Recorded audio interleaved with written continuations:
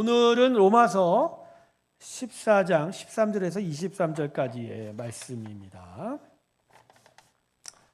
로마서 14장이 되겠습니다. 13절에서 23절까지 말씀입니다. 자, 오늘 말씀으로 이제 로마서 14장이 다 끝나는데요. 자, 우리 한 목소리로 같이 한번 읽어볼까요? 네, 한 목소리 있습니다. 시작.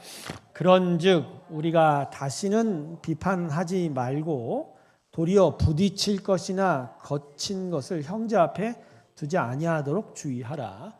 내가 주 예수 안에서 알고 확신하노니 무엇이든지 스스로 속된 것이 없으되 다만 속되게 여기는 그 사람에게는 속되니라. 만일 음식으로 말미암아 내 형제가 근심하게 되면 이는 내가 사랑으로 행하지 아니함이라. 그리스도께서 대신하여 죽으신 형제를 내 음식으로 망하게 하지 말라. 그러므로 너희의 선한 것이 비방을 받지 않게 하라. 하나님의 나라는 먹고 마시는 것이 아니요 오직 성령 안에 있는 의와 평강과 희락이라. 이로써 그리스도를 섬기는 자는 하나님을 기쁘시게 하며 사람에게도 칭찬을 받느니라.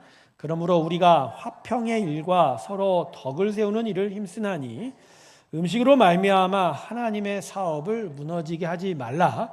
만물이 다 깨끗하되 꺼리낌으로 먹는 사람에게는 악한 것이라. 고기도 먹지 아니하고 포도주도 마시지 아니하고 무엇이든지 내 형제로 꺼리끼게 하는 일을 아니함이 아름다우니라. 내게 있는 믿음을 하나님 앞에서 스스로 가지고 있으라. 자기가 옳다는 바로 자기를 정죄하지 아니하는 자는 복이 있도다.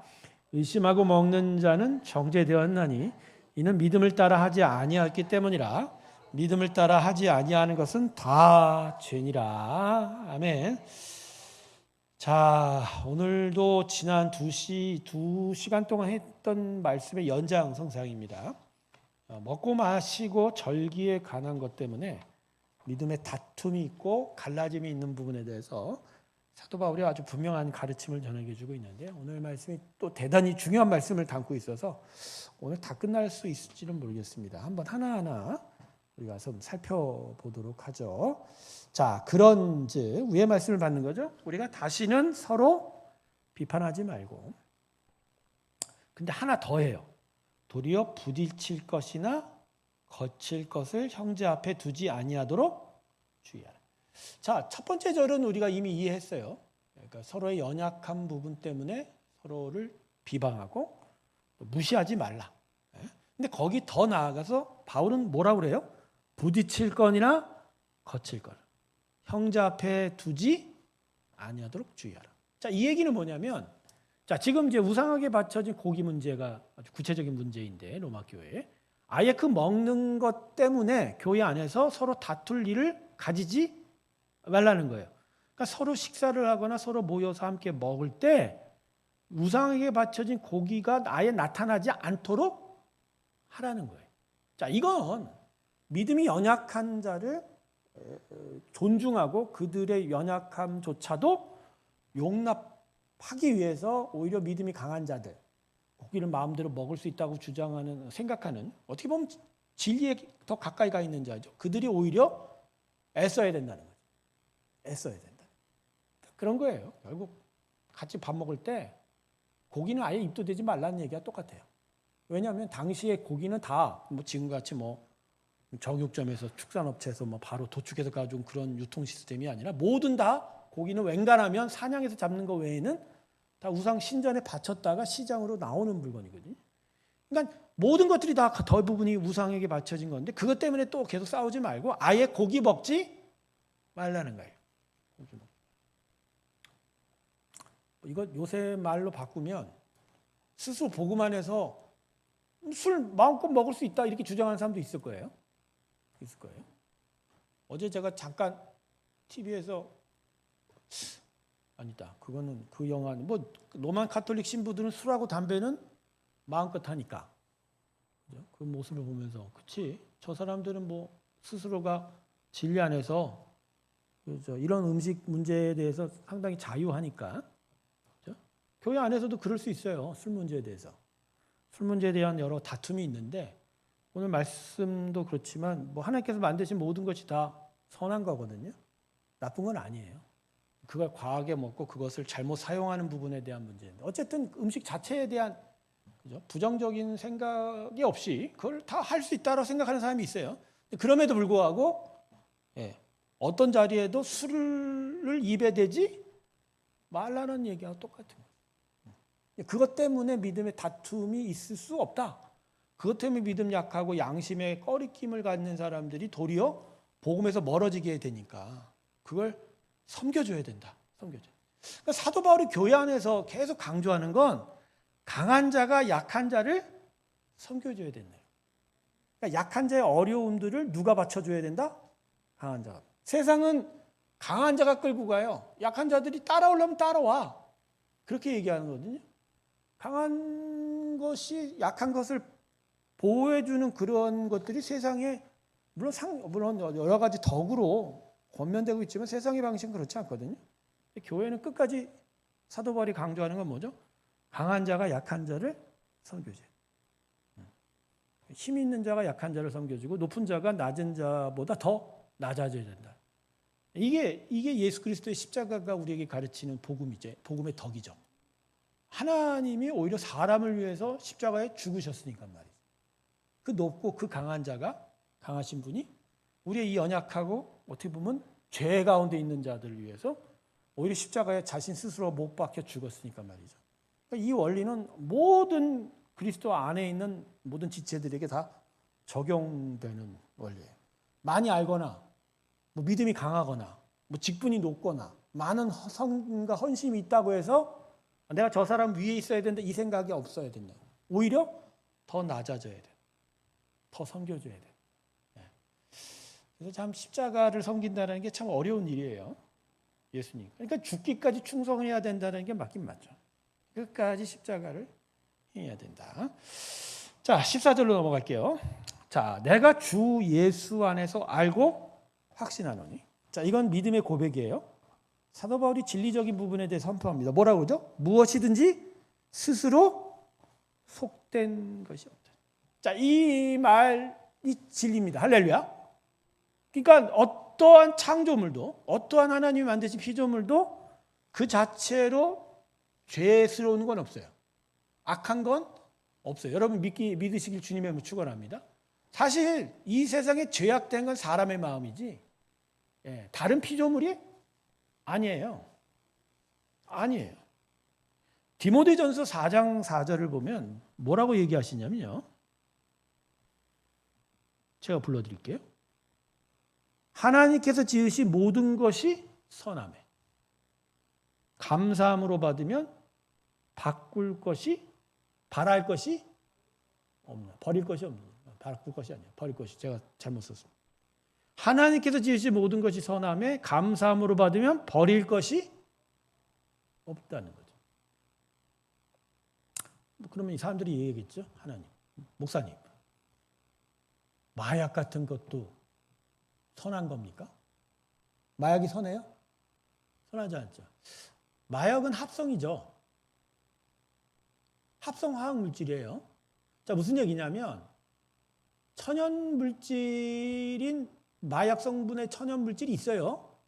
근데 그 마약 성분의 천연 물질을 사용하다 보니까 이 맛에 이제 중독이 된 거예요. 이 맛이 좋은 거예요. 그러니까 이 맛을 좀 더 증폭시키고 좀 더 값싸고 좀 더 널리 퍼뜨릴 수 있을까에 대해서 고민하다가 계속 여러 가지 화학 물질을 합성해서 만든 게 마약입니다.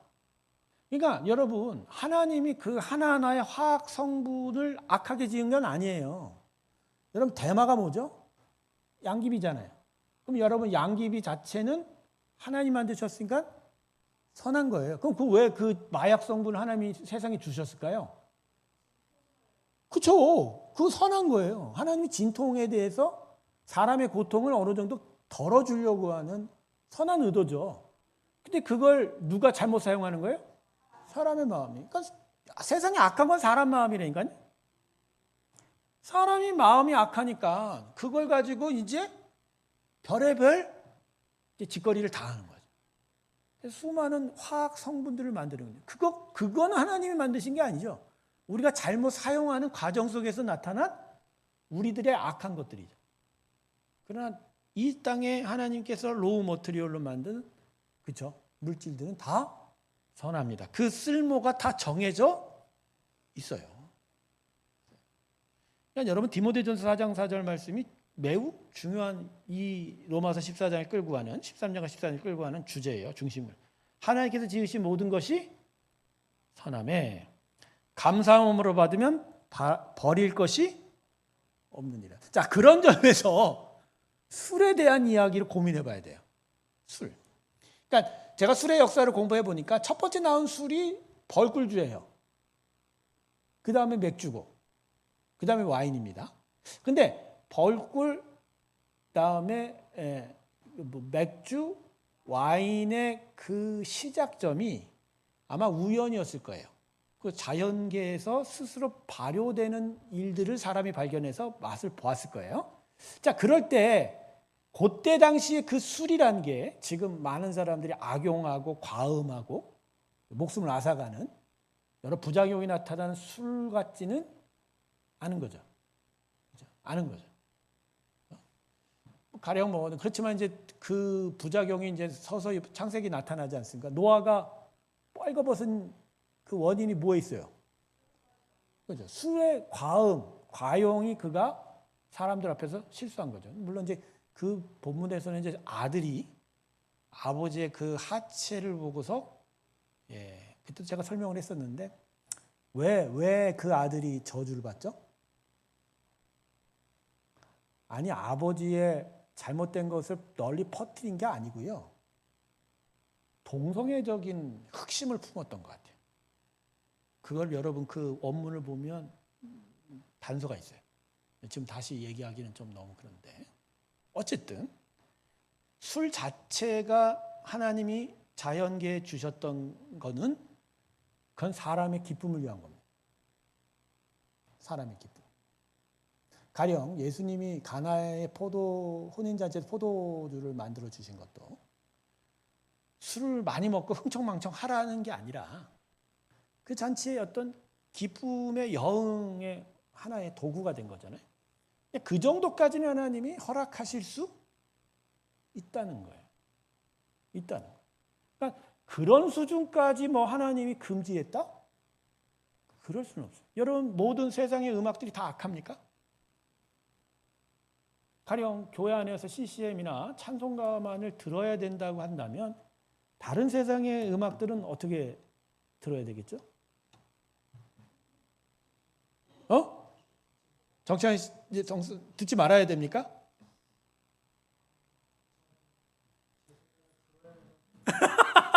왔다 갔다 하지 말고 빨리 얘기해봐.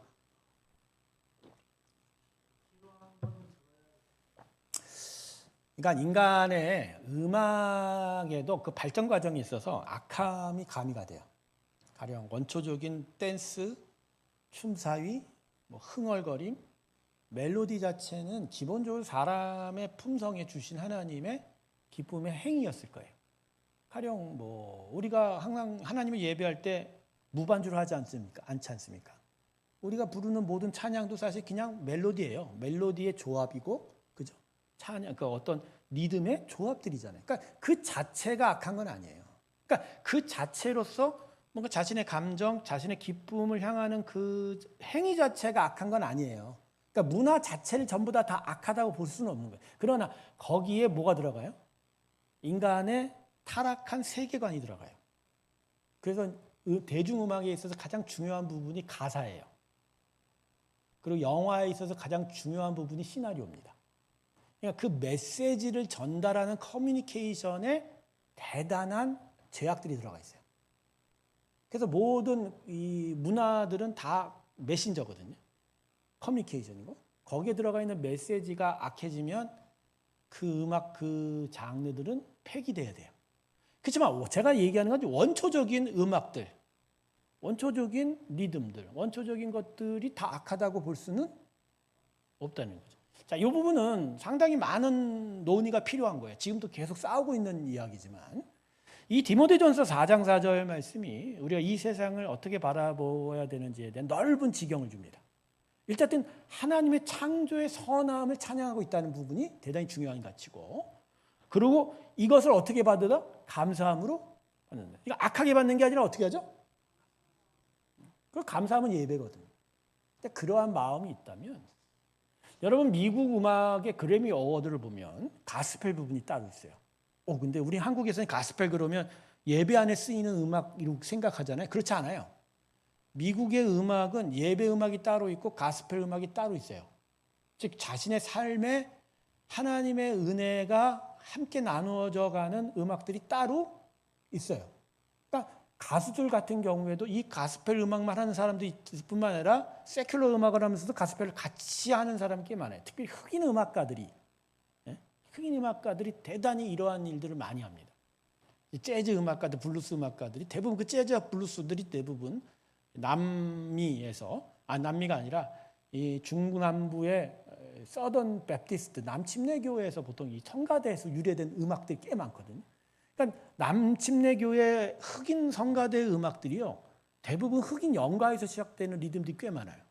그러니까 처음부터 교회 음악이 아니었어요. 자기네 세큘러 삶 속에 있는 음악을 가져다가 성가대 음악을 쓰고 또 그게 또 다시 바깥으로 나가고 이런 혼합된 일들이 생기거든요.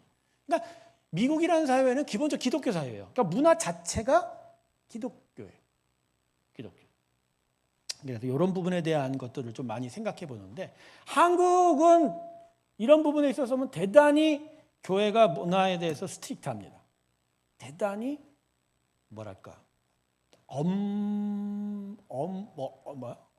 엄단하여 대단히 권위적으로 문화를 잘라버려요. 그래서 어떤 풍성한 문화가 교회 안에서 자라는 것들을 처음부터 막아왔어요. 근데 이유는 한국인의 품성들이나 특별히 한국 남자들의 행동들이, 구한말 시대의 한국 남자들 행동들이 너무 막장이었기 때문에. 그러니까 한국에 들어온 선교사들이 볼 땐 술과 담배는 한국 사회에 있어서, 한국 특별히 남자들에게 있어서 악의 도구가 됐으니까 이걸 끊어줘야 되는 게 오히려 복음의 삶으로 넘어가는데 대단히 이득이 될 것이라고 생각하죠. 그래서 재미있는 예화가 있지 않습니까? 선교사들은 자기 공간에서 담배를 피는데 한국 남자들한테 담배 피지 말라고 했던 이야들이 꽤 많잖아요. 제가 오늘 여러분에게 얘기하고 싶은 거는 지금 이 디모데전서 4장 4절을 어떤 식으로 해석하고 어떤 식으로 받아들이냐에 따라서 상당히 문화적인 용납과 이해의 폭이 줄어들었다 넓어들었다 한다는 거예요. 그래서 지금 제가 얘기하는 건 한국 사회는 그렇지 못하다. 문제는 한국 남성들이 교회의 복음에 접촉하는 과정에서 어떤 문제에 자꾸 걸려요? 이 문제에 걸려요. 이 문제. 로마 카톨릭이나 천주교로 많은 남자들이 막 기웃기웃 거리는 이유가 뭐죠? 술, 담배예요. 또 하나가 뭐냐면 숨겨진 욕망인데, 천주교는 상조회 네트워킹이 대단히 활성화되어 있습니다. 그래서 장사하거나 사업하는 사람들에게서 천주교 안에 그 네트워킹은 대단히 매력적이에요. 그러니까 오히려 예수를 통한 구원의 지식을 쫓아서 교회로 오기보단 로만 카톨릭은 그 안에서 무엇을 더 많이 얻게 만들어요? 구원의 진리보다 사이드 이펙트들, 사람을 만나고 그거를 통해서 얻고. 그러니까 뭔가 교회라는 권위 아래서, 안정적인 권위 안에서 죄와 악을 어느 정도 허용받는 듯한 그런 융통성에 대해서 상당히 좋아하는 것 같아요. 근데 한국 개신교회는 그렇지 않죠. 딱 자르죠. 기본적으로 술은 먹으면 안 돼요. 담배는 만하게 악입니다. 이러다 보니까 이제 처음 교회 오신 사람들이 이 문제가 어느 수준에 다다르면 반드시 닥쳐오는 문제예요. 내가 예수를 제대로 믿는 그 지점에 이르면 뭘 해야 돼요? 금주 금연을 해야 하니까. 이제 이 부분이 이 로마 교회의 이 문제하고 바로 비교될 수는 없지만 어느 정도 맥락은 비슷한 게 있어요. 왜냐하면 교회 안에서도 여전히 술, 담배를 하는 사람들을 어떻게 생각해요? 여기 있는 로마 교회 똑같아요. 믿음이 강한 사람들이 믿음이 없는 사람들을 무시하는 거 무시하잖아. 그리고 술 먹고 담배 피는 사람들, 즉 믿음이 없는 사람들, 믿음 강한 사람들을 어떻게 해요? 불편하게 여겨요. 불편하게 여겨요. 이 문제는 넘어서야 될 문제예요. 하지만 한국 사회는 기본적으로 이 부분은 대단히 율법적이다. 끊어야 된다. 이렇게 얘기해요. 여러분 어떻게 생각하십니까? 단순히 이건 술, 담배니까 끊어야 된다 이런 차원이 아니에요.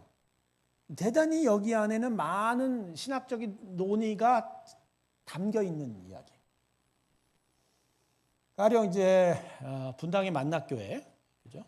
김우영 목사님의 아들 이제 김명삼 목사님이 세습해서 이제 열심히 하고 계세요. 근데 그 목사님이 몇 년 전부터 교회 안에 뭘 만들고 싶다고 그랬죠? 흡연실 만들고 싶다. 네. 근데 그분의 동기는 단 하나예요. 아니 흡연 문제 때문에 하나님 앞을 못 나온다는 건 말이 안 된다. 근데 그 관점은 맞아요. 왜냐하면 이게 예수 그리스도의 복음의 진리와 똑같은 가치가 있느냐? 그래요, 여러분? 담배 피고 안 피고가 구원을 받냐 안 받냐의 문제예요. 그러니까 이 부분은 정확하게 짚은 거예요. 제일 중요한 부분은 뭐죠, 여러분? 예수를 믿느냐 안 믿느냐. 그것도 사실 우리의 의지로 되는 게 아니잖아요. 하나님의 은혜로 되어가는 부분이니까. 그래서 이런 부분들을 조금 더 문턱을 낮춰주자 하고 하는 거예요. 그러니까 교회 안에 들어와서 혹시 진짜 피고 싶은 사람은 흡연실 만드는 것을 피라 이거죠. 근데 그러니까 흡연의 양성화를 시키면 뭐 복음에 더 가까이. 근데 그게 말이 안 되는 게 지금 현재 한국 교회는 흡연의 양성화가 아니라 다 숨기고 싶은 일인데 그걸 다른 사람들 앞에 드러내놓고 할 사람이 있을까 없을까? 없죠. 우리 교회도 담배 피는 사람도 꽤 많습니다. 주일 이제 2부 예배 끝나고 점심 먹기 전에 멀지 않아요. 어딘지 알아요, 난. 그래서 갔다 오는 데가 있어요. 그리고 이번 온가족 휴양회 때도 저는 지금도 미리 예측을 합니다. 어떤 곳에서 어떤 사람들이 모여 있을까? 근데 이제 이번에 또 부딪힐 거야. 하면 이제 또 산책하다 보면 또 이게 반드시 보이게 돼 있거든요. 하나님 보이게 하시거든. 그러면 이제 저 사람들을 보고 안 피는 사람들 뭐라 그럴 거예요? 그거 1박 2일 동안 이거 하나 못 참아갖고 무슨 신앙생활 한다고 이렇게 무시하게 해요. 그리고 또 한 사람 그거 봤다고 또 떠들어대냐? 그거 한번 눈 감아주면 덧나냐? 이런 식의. 자, 제가 지금 장황하게 얘기를 했는데 이 문제가 로마 교회만 있는 게 아니라 역사 대대로 모든 교회에 계속 걸쳐 있는 문제다. 그 얘기를 하는 거예요. 그래서 이 로마서 14장의 어떤 이야기들이 우리 안에 상당히 중요한 부분을 이뤄. 근데 제가 이제 이 부분에 대해서 하고 싶은 얘기는 결국 성숙이에요, 성숙. 뭐라고요? 성숙. 신앙의 열매는 성장으로만 열려지지 않아요. 뭐로 나타난다? 성숙이에요. 그러니까 아무리 꽃이 펴도 그죠? 성숙되어 꽃이 떨어지면서 열매를 맺어가는 그 희생. 그러니까 이제 교회 안에서도 이런 부분에 대해서 오래 참음이 있어야 돼요. 약한 자 얘기는 하지 말아요. 약한 자 얘기는 하나님께 하시지 않아요, 이럴 때는. 오히려 강한 자에게 얘기하시잖아요. 계속 지금 약한 자 얘기가 아니라 지금 강한 자한테 얘기해요. 강한 자들한테 지금 계속 뭐라고 얘기해요? 오래 참으라. 오래 참으라. 그 얘기를. 자, 그래서 무엇인지 스스로 속된 것이 없을 때까지는 했는데 그 다음에 중요한 말입니다. 뭐라고 그러죠? 다만 속되게 여기는 사람에게는 뭐한다?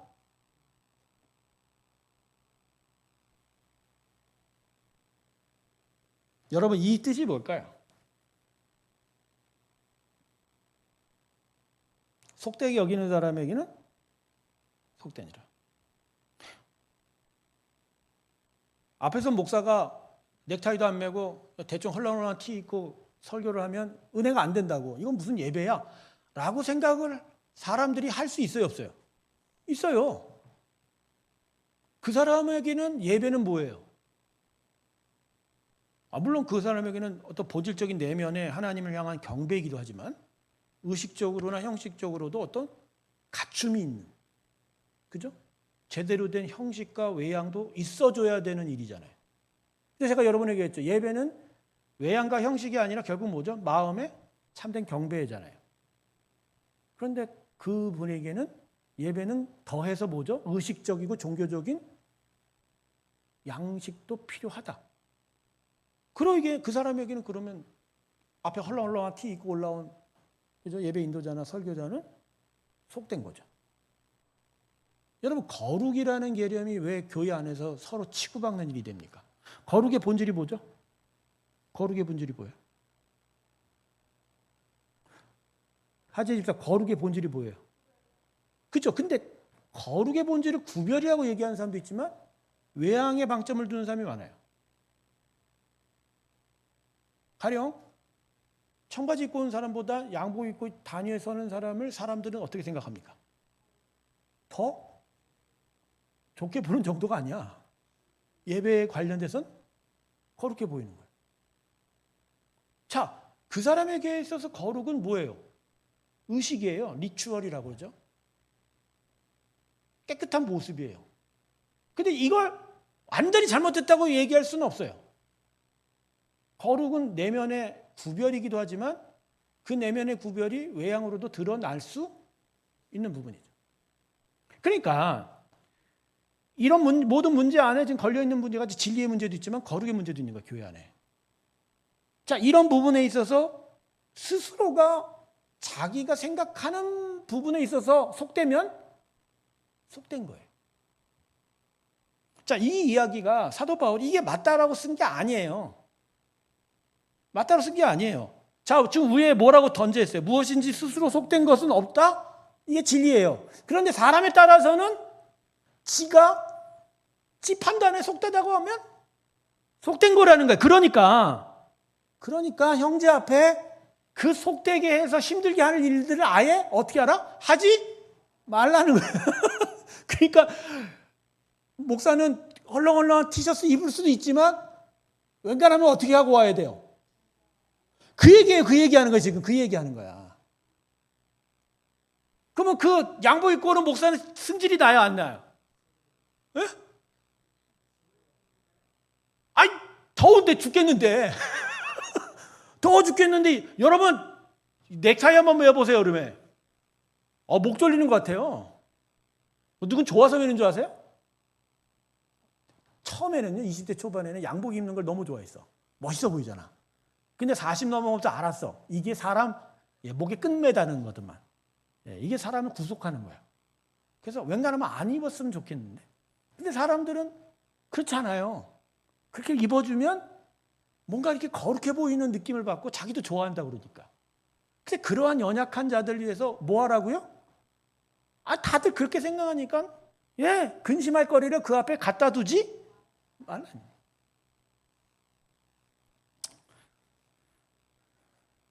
야, 목사한테 양복 한번 더 사주고서 그런 얘기하면 기분이나 좋은데.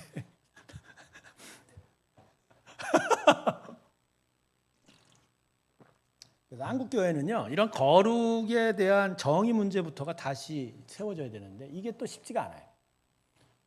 그러니까 이게 그 공동체가 어떠한 성향들이 갖고 있는 멤버들이 주류가 되느냐에 따라서도 상당히 다릅니다.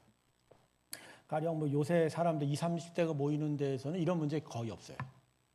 이런 문제 거의 없어요. 뭐 자유함이 많고, 그렇지만 이전 분들이 많은 분들에게는 이런 문제가 상당히 큰 문제예요. 왜? 이 부분들이 대단히 크다라고 교육을 받아왔거든. 근데 세대에 따라서 계속 목사님들의 가르침이 달라져 와요. 예전에 강대상에서 뭐라고 그럽니까? 미니스커트 한 번 입고 오면 경쳤어요. 제가 처음 섬기던 교회 목사님은 사찰 장로님의 아들이 신학생인데 머리 기르고 염색했다고 강대성에 데려와서 바리깡으로 밀어버리려고 했다니까. 예배 때. 대단한 목사님이에요. 지금도 생존해 계십니다. 근데 성도들이 막 그거 보고 시험 당하냐? 아니에요. 그 교회는 그 목사님이 당연한 거야. 그러면서 아유 저놈의 새끼 저거 신학교 보내놨더니 머리나 염색하고 머리 염색한 게 뭐가 문제예요? 여러분 요새 생각에 머리 염색한 게 문제예요? 박 선생님 문제예요? 내가 오늘 이번 주에 내가 조순자 권사님 전화 바이올렛으로 딱 해갖고 오면 여러분 어떻게 생각하십니까? 멋있죠? 할렐루야. 내가 이번에 온 가족 휴양에 대한 모험을 해볼까? 근데 그때 당시에는 그게 통용이 됐던 시간들이었다는 거예요. 이랬다는 거예요. 그러니까 이 부분에서 사도 바울이 계속 가르치는 거는 어떤 정도의 이야기를 하지 않아요. 그건 대단히 먼 부분이에요. 여러분 진짜 구별되려면요, 하나님의 거룩을 닮으려면 뭐 지금 이야기하고 있는 이런 범죄들은 아예 택도 없어요. 진짜 하나님의 거룩이 되려면 어떻게 되죠? 죄가 하나도 없어야 돼요. 완전히 순결무구해야 되는데 그게 존재가 가능합니까? 사람이라는 존재가? 그러니까 사도 바울이 계속 이야기하는 부분은 뭐죠? 결국 성숙입니다.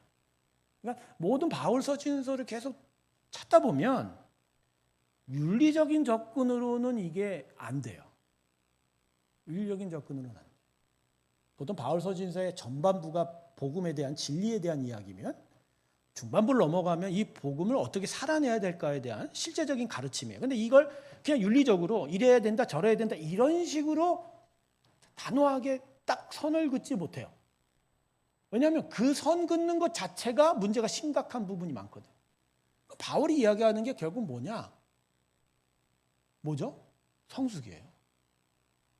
그러니까 약한 자를 감당해내는 강한 자의 성숙. 그리고 그 예수 그리스도의 형상을 계속 따라가려고 하는 계속된 경건의 훈련들, 성숙. 그걸 이야기해요.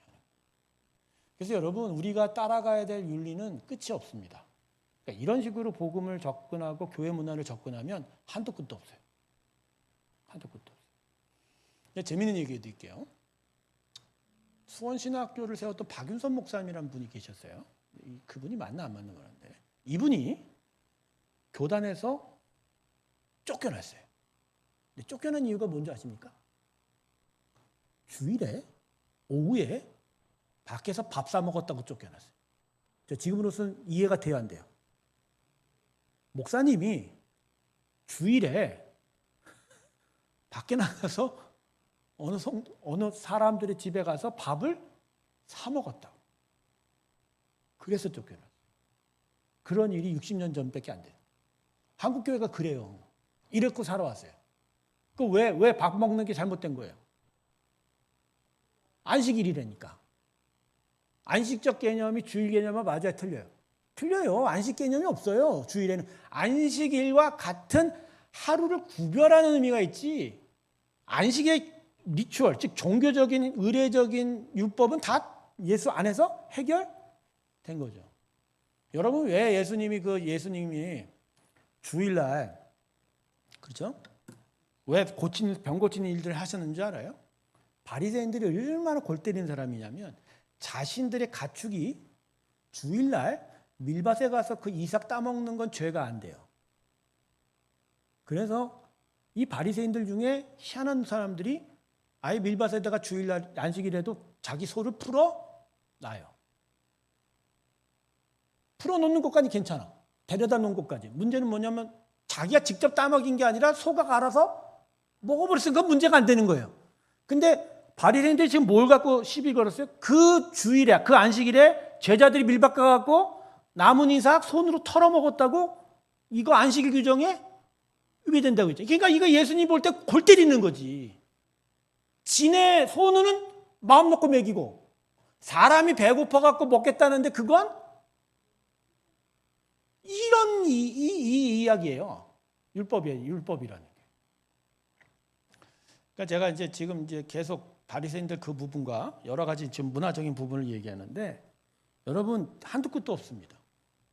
이런 부분 한두 끝도 없어요. 그러니까 여러분이 성도들을 보는 모든 부분이 어떻게 보면 자기가 속되게 여기는 그거예요. 자, 여러분 지금도 교회 안에 여러 모습들에 대해서 속으로 불편하게 생각하는 것도 있고 좋게 생각하는 것들이 다 있을 거예요. 근데 진짜 그 부분이 예수 그리스도의 구원의 진리 위에서 보는 거예요? 아니면 제가 한번 그랬죠. 지가 보고 싶은 꼴 보고 싶어서 꼬라지 보고 싶어서 그런 거냐. 그러니까 정확해요. 예수님은. 니들이 원하는 꼬라지 보고 싶어서 그러는 거지. 진짜 예수님의 하나님의 진짜 참된 진리 위에서 이 부분들을 판단하느냐? 안 하죠. 안 한다는 거예요. 그러니까 우리가 거룩이라고 이야기하지만 실상 그 거룩은 누구를 위한 거룩이에요? 자기를 위한 거룩이지. 진짜 하나님 위한 거룩이겠어요?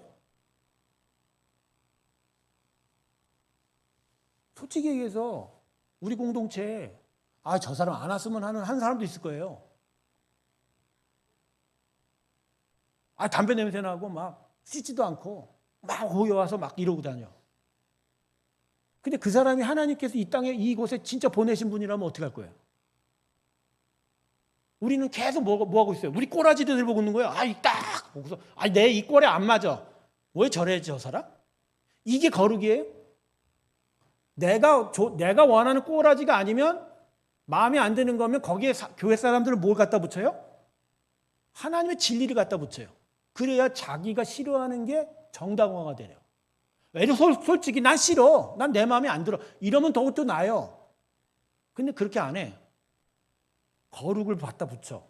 하나님이 원치 않는다라는 조건을 갖다 붙여서 이 사람은 거룩하지 않아. 이렇게 얘기하죠. 아니죠. 그건 내가 갖다 붙인 거고 내가 진짜 바라는 건 내 꼬라지 안 맞으니까 싫어? 하는 거죠. 진짜 하나님의 진리 안에서 다 용납하고 받아들입니까? 지금 제 얘기하는 거예요. 제가 가끔 그런 생각을 빠져요. 내 꼬라지, 내가 보고 싶은 꼴, 내가 보고 싶은 꼴에 사람을 맞추는 거지 진짜 하나님이 원하는 그 거룩에 맞춰 가느냐. 그래서 제가 저번에 여호수아서 강의할 때 그렇지 않습니까? 설교할 때. 여리고성을 정탐하러 나선 여호수아가 군대 장관이 딱 오니까 뭐라고 그래요? 넌 내 편이냐? 네 편이냐? 그러니까 여호수아에게 있어서 거룩은 내 편이면 거룩이고 저 편이면 거룩이 아니에요. 지금 뭘 자기는 이제 군사적인 관점에서 보고 있다지만 결국 하나님의 사람으로서 하나님 편이냐 아니냐가 결국 누구 중심으로 서는 거? 자기 중심으로 이야기하는 거잖아요. 여러분 그렇지 않아요? 우리가 모든 사람을 볼 때 무슨 편을 따져요? 하나님 편 안 따져요. 솔직히 얘기해서. 내 편, 네 편 따져요. 그리고 그걸 뭐로 포장해버려요? 내 편이면 하나님 편이고 네 편이면 세상 편이고 이렇게 얘기하는 거예요. 우리가 세상을 볼 때도 그렇게 잣대를 잘라버리거든. 근데 여호수아 그 군대 장관이 뭐라 그러니까? 내가 선 곳은 거룩한 것이 너 신을 벗어라. 아니다, 너 틀려먹었다 이거죠. 네 편, 내 편이 아니라 하나님 편. 진짜 하나님 편. 그걸 위해서 너가 먼저 뭐 해야 되냐? 남들 보고 신 벗으라고 얘기하지만 네 먼저 신을 벗어라. 그래서 여러분 거룩이라는 문제는 이거 쉽지 않은 문제예요. 우리가 따라갈 수 있는 거룩은요. 가장 겸손한 건 이거예요. 그냥 하나님 편에 쓰고 싶다는 거. 그게 거룩이에요. 그러니까 나로서는 거룩이 없어. 근데 하나님 편에 쓰니까 그분의 은혜가 나를 거룩하게 해. 그 고백일 거예요. 그게 정답이에요. 그거 외에는 내가 스스로 거룩이란 말을 쓸 수는 없어요. 특별히 예수 믿는 사람들이 신앙의 연조가 되면 될수록 스스로가 거룩을 판단하는 사람을 써요. 넌 거룩해. 넌 아직도 속돼. 제가 한번 솔직하게 얘기해 드릴게요. 우리 집사님들 중에 술 마시는 분들 꽤 있어요.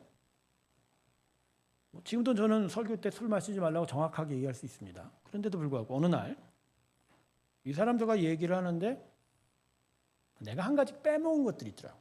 그게 뭐였냐면 내 딴에는 먹고 마시고가 거룩의 중요한 부분이라고 생각했는데 하나님께서 이 사람을 생각할 때 술 마시는 걸로 판단하지 않더라는 거예요.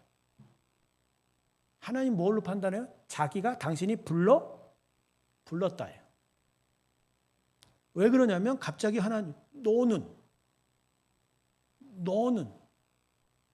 깨끗해라고 나한테 되묻는 순간 내가 할 말이 없더라 하나님. 그 순간 제가 저들을 바라보는 그 잣대를 거뒀어요. 자, 제가 거뒀다는 건 그 사람들이 술을 먹는 걸 용납했다는 얘기가 아니에요. 너 술 먹는 거 잘했어. 그 얘기 하는 게 아니에요. 여전히 술 마시는 건 나쁜 거예요. 술 마시는 건 안 좋은 거예요. 웬간하면 안 먹어야 돼요. 그런데 내가 거둔 건 넌 마셨으니까 속되다라는 거예요. 그걸 거둔 거예요. 그걸 거둔 거예요. 여러분, 하나님의 은혜 안에서 사람을 판단하는, 거룩을 판단하는 자로 쓰지 마십시오. 그거는 우리가 가질 수 있는 게 아니에요. 그건 우리가 거룩을 너무 모르는 거예요. 솔직히 얘기해서 모든 사람이, 지금 예수를 믿은 모든 사람은 다 하나님께서 의롭다 하셨잖아요. 그래서 지난주에 배웠잖아요. 그 주인이 누군데, 그지? 남의 주인의 종 보고 뭐라 그러냐 얘기잖아요. 그러니까 그 하나님이 의롭다고 한 사람을 왜 우리가 계속 속되다고 하냐고. 그러니까 이 문제는 성숙의 문제예요. 성숙의 문제예요. 이 문제는 약한 자의 문제가 아니라 강한 자의 문제예요. 저는 그렇게 생각해요. 그러니까 교회 안에 부딪히는 이 갈등은 약한 자가 문제가 되는 게 아니라 누구의 문제라고요? 그걸 받아들이는 강한 자의 문제예요. 그게 하나님의 초점이에요. 약한 자는 널렸어요. 세상 모든 사람이 다 약해요. 다 흠이 있어요. 다 흠이 있어요. 근데 그 흠 있는 걸 받아들일 수 있는 강한 자에게는 지금 하나님이 뭐라고 하세요? 그걸 받아들이라는 거예요. 그게 그 성숙이 구원이라는 거예요. 이거 대단한 관점이에요, 여러분. 이거가 믿음의 성장의 대단한, 여러분에게 중요한 부분이 됩니다. 그러니까 여러분, 믿음의 성숙 성장은요, 진리를 분별하고, 진짜 진리를 분별, 진리관도 중요하지만 그 안 되고 좋지 않은 부분을 어떻게 받아들이냐가 중요해요. 여러분, 절대로 사람을 판단하지 마세요. 특별히 자기 꼴로. 왜냐하면 하나님이 싫어하면 다 싫어하게 돼 있어요. 그러니까 제가 저번에 얘기했죠. 목회자가 힘들다고. 왜? 어쨌든 가르쳐 주기는 해야 하잖아. 그죠? 그걸 어떻게 가르쳐 주냐에 대한 이야기예요. 그 부분이 어려운 거예요. 그 부분이 너무 어려워요. 자, 이제 15절로 넘어가죠. 오늘 다 못한다고 그랬죠? 자, 만일 음식으로 말미암아 내 형제가 근심하게 되면, 사도 바울도 또 폐부를 찌릅니다. 뭐라고 하죠? 이는 내가 사랑으로 행하지, 사랑의 이야기랍니다. 그 제가 한 얘기 했잖아. 그리스도께서 대신하여 죽으신 형제라. 내 음식으로 망하게 하지. 야, 대단합니다.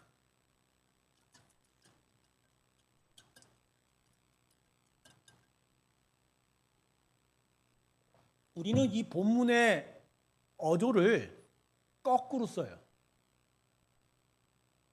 무슨 얘기냐면 약한 자들한테 이 일을 해요. 너 똑바로 안 살래? 너 고작 예수님이 너를 위해서 죽으신 게 너 계속 술 먹으라고 담배 피라고 한 거야? 근데 바울은 그 얘기를 믿음 약한 사람들한테 안 써요. 뭐라고 해요? 강한 자들한테, 목사들한테, 장로들한테, 믿음이 강한 권사들한테 뭐라고 하죠? 야, 그 연약한 사람들 그거 그렇게 말로 근심하게 해갖고 니네 너 사랑이 있냐? 응? 예수께서 대신하여 죽으신 사람들인데 너 그런 거 갖고 그 사람들 망하게 할래? 이렇게 얘기한 거예요. 이거 받아들이겠어요, 여러분? 그러니까 말씀을요, 지금 누구한테 하는지를 잘 봐요. 이거 연약한 사람들한테 안 해요. 누구한테 하는 거예요? 우리는 이제까지 교회 안에서 이 말씀을 어떻게 받아들였어요? 못하는 자들한테 써먹었다니까? 하나님이 못하는 자한테 이렇게 쓰지 않는다는 거야, 이게. 이게 오늘 말씀이 아주 백미예요. 술 먹고 담배 피고 뭐 주일 예배 제대로 못 나온 사람들한테 이 얘기 해요, 안 해요? 하나님? 안 하세요. 그 사람들한테 야, 너네 똑바로 안 할래? 진짜 요 믿음 있는 사람들은 다 시험 들잖아. 그 얘기 아니잖아. 그 얘기 안 해요. 시험 강한 사람한테 해요. 응? 매 주일마다 열심히 나와서 예배하고 봉사 열심히 한 사람들한테 해요. 뭐라고? 너 진짜 그렇게 자꾸만 사람들 뭐라고 그러면 너 진짜 사랑 없는 거지? 예수께서 대신하여 죽으신 형제인데 응? 그 음식으로 망하게 하지? 음식으로 망하게 하지 말라 해야 한번 여러분 생각 많이 해보십시오. 나는 내 형제를 뭘로 망하게 하고 있습니다. 나는 분명히 저분들한테 예수를 이야기하는 것 같은데 하나님 뭐로 듣고 있냐면 너 지금 말하는 거 옷 얘기하고 있지? 그지? 너 담배 얘기하고 있지? 너 술 얘기하고 있지? 너 음식 얘기하고 있지? 무슨 날 얘기하고 있지? 너 진짜 예수 얘기하고 있어? 정찬 집사님 진짜 예수 얘기하고 있어? 잘 생각해보세요. 여러분 우리 성도들한테 대부분 예수 얘기 안 해요. 무슨 얘기예요? 네 입은 옷 꼴하지 마라. 넌 그렇지. 도대체 예배를 매주도 안 나오고 몇 주 만에 나오냐? 교회 와서 한다는 짓이죠. 예배 끝나고 저 뒤에 가서 담배나 피냐?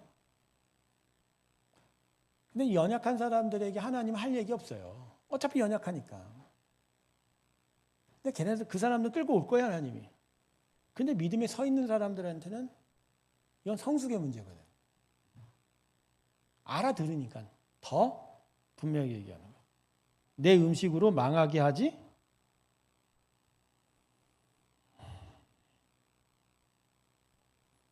다 찔립니다 우리가.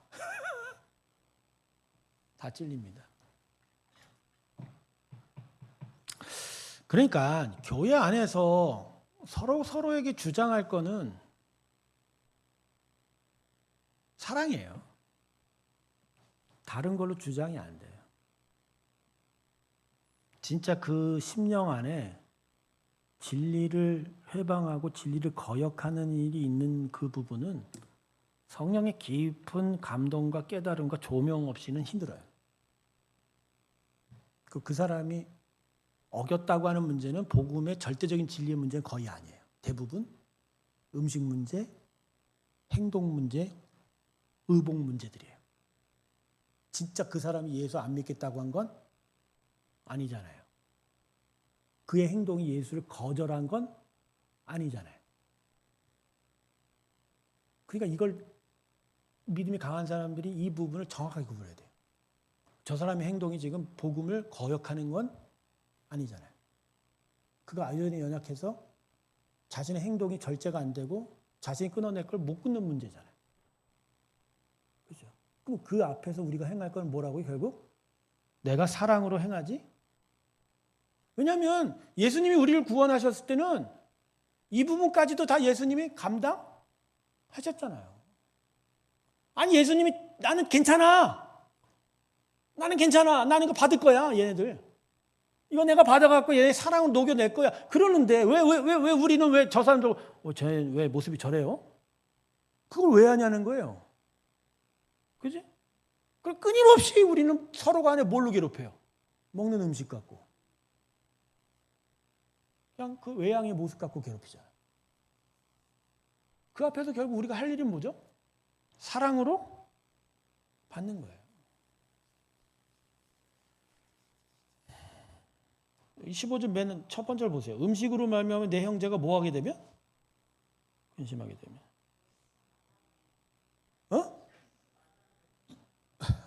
그분이 자유한지 뭐 막대는 먹는지는 모르겠는데.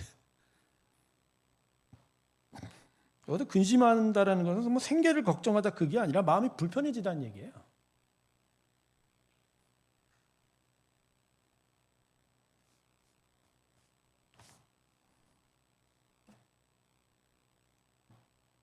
그러니까 이제 우리 교회는 이제 이런 게 있죠.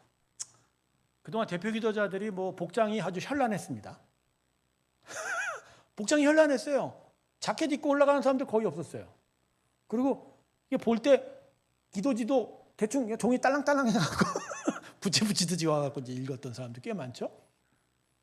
이런 부분들에 대해서 이제 막 이런 점으로 이야기하는 사람들이 꽤 많기 시작했어요. 그래도 좀 자켓 좀 입고 왔으면, 그래도 이 종이를 좀 이렇게 단정하게 가져왔으면. 자, 여러분 이러한 서로 간의 권면은 어떻게 받아들이면 돼요? 복음의 핵심적인 문제가 아니에요. 그냥 서로가 보기 좋은 부분에 대한 이야기. 이건 서로가 합의 가능해야 돼요. 합의가 가능해야 돼요. 그러니까 서로가 서로를 존중하는 마음으로 해야 돼요. 근데 이 가정에서 다 저 믿음도 없는 놈들이 저거 완전히 당대성 올라가고 졌다고 싶고 기도하네. 이렇게 얘기하면 돼요, 안 돼요? 안 돼요. 그 얘기가 아니에요. 그가 여기 와서 행동하는 거에 가장 핵심 뭐죠? 하나님 앞에 제대로 기도하는가에 대한 문제예요. 다행히도 여기 와서 기도하는 사람들 중에 엉뚱한 기도하는 사람 내가 못 봤어요. 밑에 다 듣고 있으니까. 뭐 그렇다고 뭐 대표 기도가 뭐 천편일률적으로 이런 형식이 있다. 난 그렇게 생각 안 하거든. 하나님 앞에 간절히. 물론 이제 목회적인 기도라, 예배 안에 목회한 기도라, 교회를 위해서 복음을 위해서 기도하는 부분들이 좀 더 많이 삽입되어야 되는 안타까움은 있지만 그거는 시간이 지나면 좀 더 내가 첨언을 할 얘기지. 그게 뭐 그 사람의 기도에 넌 기도할 만해 안 할 만해 판단할 건 아니라는 거죠. 근데 우리는 기도의 내용보다는 뭐에 자꾸만 집중해요? 먹는 문제. 이 외양의 문제는 말이에요. 이건 서로가 얘기하면 돼요. 돈 중에서. 아유 집사님. 아유 뭐 종이 쪼리 이렇게 보니까 마음이 현란해요. 좀 이렇게 좀 해줘요. 그렇게 받아들이면 돼요. 근데 그걸 가지고 이게 믿음의 형식이니 이렇게 주장하지 말라는 말이에요. 우리는 항상 그렇게 얘기해요. 저런 식으로 하는 건 버릇없는 놈이다 하나님 앞. 그건 아니라는 거예요. 그렇게 얘기하지 말라. 솔직하게 얘기해. 우리가 보기가 좀 싫어. 좀 깨끗하게 하자. 그 얘기가 더 맞아요. 그 복음과 관련된 게 없이 교회가 좀 더 그죠? 좋아 보이는 모습에 대한 서로의 합의예요. 그걸 문화라고 하는 거예요. 그건 서로가 합의하면 되는 거예요. 근데 이거 갖고서 뭐 닌 진리니 아니니 예수 믿니 안 믿니 이럴 싸움이 돼요 안 돼요? 안 돼요. 그리고 누군가에게 얘기했는데 그에게 상처가 되면 우리는 뭐 어떻게 해야 돼요? 근심하게 했으니까. 그 마음 아파해야 돼요. 그 얘기예요. 그러니까 이 부분 제가 오늘 이야기하는 게 사실 13장 14장의 핵심이에요. 사실 지금 제가 얘기하는 이 부분이에요. 오늘 이 강의가 여러분에게 도움이 됐으면 좋겠어요. 그러니까 함부로 교회 문화적인 부분에 대해서 자신의 의견을 그냥 솔직하게 얘기할 수는 있는데 이건 진리적인 부분에서 내가 예수를 아는데 그따구로 믿으면 예수 믿는 거 아니야. 그따구로 믿는 게 뭔데? 뭐가 예수 믿는 건데? 뭐 그런 식으로 자꾸만 천편일률 200 그냥 이상하게 바뀐 그런 식으로 얘기하지 말고 집사님 강대상에 올라오는데 화면도 나오고 유튜브 나오는데 자켓 하나 더 입으면 마음 편하겠네. 그것까지는 할 수 있어요. 그건 진리에 관한 얘기가 아니라 내가 보기 싫어 이 얘기예요. 오히려 그게 솔직한 거예요. 근데 그럼 자기도 얘기해요. 나도 좀 편하게 왔으면 좋겠는데 나는 이 앞에서 자켓 입는 것보다 내 마음으로 오는 게 좋습니다. 거기까지 나가면 거기서 멈춰야 돼. 그건 합의되는 쪽에서 가는 거고. 근데 이걸 가지고 예수 믿니 안 믿니 이런 식으로 접근하면 그거는 그리스도께 대신하여 죽으신 형제를 음식으로 망하게 하는 거예요. 무슨 얘기인지 아시겠죠? 예. 자, 그러므로 16절. 너희의 선한 것이 어떻게 알아? 믿음이 강한 사람들의 믿음에 선한 것이 있어요. 어쨌든 진리에 쓰려고 하는 거잖아요. 그렇지만 그것을 잘못 표현하다가는 뭘 받아요?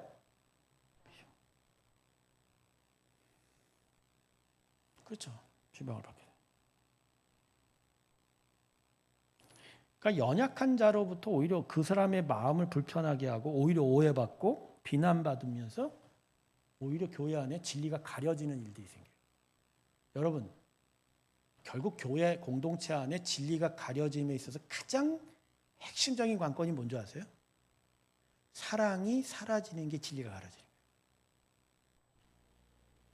사랑이 사라지는 거예요.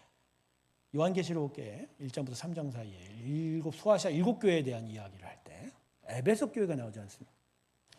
이 에베소 교회가 이단들을 잘 물리친 것에 대한 칭찬을 받았지만 그 이단들을 물리치는 가운데서 사람들의 마음이 냉랭해지기 시작했어요. 즉 서로의 긍휼함과 인자하심이 엎어진 거예요. 이 부분이 하나님께서 안타까워하시고 그래서 이 부분에 대한 회복을 계속 강조하시거든요. 여러분 진리는요 사랑과 동반되는 거예요. 할렐루야. 하나님의 공의는 하나님의 사랑과 동전의 앞뒷면입니다. 앞뒷면이라는 건 하나예요. 앞면과 뒷면일 뿐이지 동전은 두 개가 아니라 하나예요. 즉 공의가 가면 사랑이 따라가야 되고 사랑이 오면 공의가 같이 붙어가야 돼요. 이 두 가지가 떨어지면 돼요 안 돼요? 안 돼요. 그러니까 우리 스스로가 뭔가 진리를 세우려 할 때 긍휼함과 인자함을 포기한다면, 그것을 깎아먹는다면 진리가 아니에요. 진리가 아니에요. 그리고 누군가를 사랑하려고 하는데 그 안에 진리의 중심이 사라지면 그것도 사랑? 아니에요. 대단히 어려운 거지만 이 양쪽의 균형을 잘 잡아야 돼요. 잘 잡아야 돼요. 요한일서에 요한 사도가 하나님은 사랑이시라고 할 때 그거는 우리가 얘기하는 사랑만을 강조한 게 아니에요. 그 사랑 안에는 공의가 들어가 있어요. 공의 없는 사랑은 없어요. 예수님의 십자가의 사랑은 우리를 향한 한없는 베품이지만 그 베품 안에 하나님 뭘 세웠어요? 죄에 대한 심판을 세웠어요. 이것이 같이 가야 돼요. 같이. 이게 진짜 중요해요. 그래서 사람 판단하는 거 쉽지 않습니다. 진짜 판단하려거든 사랑을 같이 가지고. 그래서 17절에 바울이 그 유명한 말씀을 던집니다. 하나님의 나라는 먹는 것과 마시는 것이 오직 성령 안에 있는 뭐라고요? 의와 평강과 희락이라. 자, 이거 고민 많이, 이 구절 하나 갖고도 몇 시간의 강의가 가능한 부분입니다만, 자, 하나님의 나라는 먹는 것과 마시는 것이 아니오는 첫 번째는 1차적으로는 먹는 문제, 종교적 의식으로는 세우는 게 하나님 나라가 아니라는 거예요. 예. 그것이 하나님 나라가 아니라는 거예요. 지금 이 얘기는 뭐냐면 먹는 문제가 잘 들어요. 지금 우상하게 바쳐진 고기 문제잖아요. 술을 먹냐 안 먹냐, 우상에 바친 음료 먹냐 안 먹냐 문제잖아요. 이걸 통해서 뭐 진리를 찾아내는 걸로는 하나님 나라가 임하는 게 아니라는 거예요. 그런 차원으로 임하는 게 아니에요. 그러니까 서로가 무시하고 비난하고 조롱하는 거 이걸로는 되는 게 아니라는 거예요. 그럼 뭔데? 성령 안에 있는 뭐와? 의와 평강과 희락. 근데 여기 잘 보세요. 의, 평강, 희락을 우리가 스스로 찾을 수 있어요? 여러분, 여기 있는 건 그리스도와의 연합이에요. 성령 안에서 예수의 공의와 예수의 평강과 예수의 기쁨과 함께 어우러져야 돼요. 그러니까 성도들의 삶 속에 먼저 세워질 건 이거예요. 그리스도와 함께 연합되어 가는 일. 그리스도의 공의, 그리스도의 평강, 그리스도의 기쁨 안에 먼저 서야 돼. 복음이 먼저 서야 돼. 그 복음의 참된 복음이 그의 삶 속에 주도적인 주인이 되어 갈 때 먹는 문제, 마시는 문제는 자연스럽게 해결돼. 그러니까 술, 담배 문제의 결론은 이거예요. 먹지 마라가 아니라 예수 제대로 믿으면 안 먹어요. 예수 제대로 만나면 안 맞아요. 결국 믿음으로 가는 거예요. 은혜 안에서 그 은혜가 그의 삶 속에 하나님 나라를 세워가면 그 의, 평강, 희락을, 기쁨을 세워가면 그게 그 잎에 찌드는 것까지도 끊어버려요. 그게 복음이에요. 그게 복음의 능력. 그러니까 교회 안에서 계속 의도적으로 무언가 자꾸 만들어가려는 건 사람의 일일 수 있어요. 먹고 마시는 문제를 자꾸 해결하는 거예요. 제가 이번에 우리 온가족 수양회를 하지만 온가족 수양회가 우리가 의도적으로 만드는 사람의 잔치가 되지 않기를 바랍니다. 뭐 여러 가지 프로그램도 준비하고 시간도 썼지만 그냥 자연스럽게 흘러가는 거예요. 중요한 건 뭘 강조해요? 같이 가서 뭐 모이는 문제, 먹는 문제 준비는 해야겠지만 그게 아니에요. 이 안에서 우리가 무엇을 세워야 될지 메시지가 중요한 거예요. 그래서 제가 지금 그 막대한 짐을 지금 지고 있는 거예요. 과연 우리는 이 모임 속에서, 이 예배 속에서 과연 어떠한 메시지를 붙들 것인가? 무엇에 치중할 것이고 무엇을 우리가 따라갈 것인가?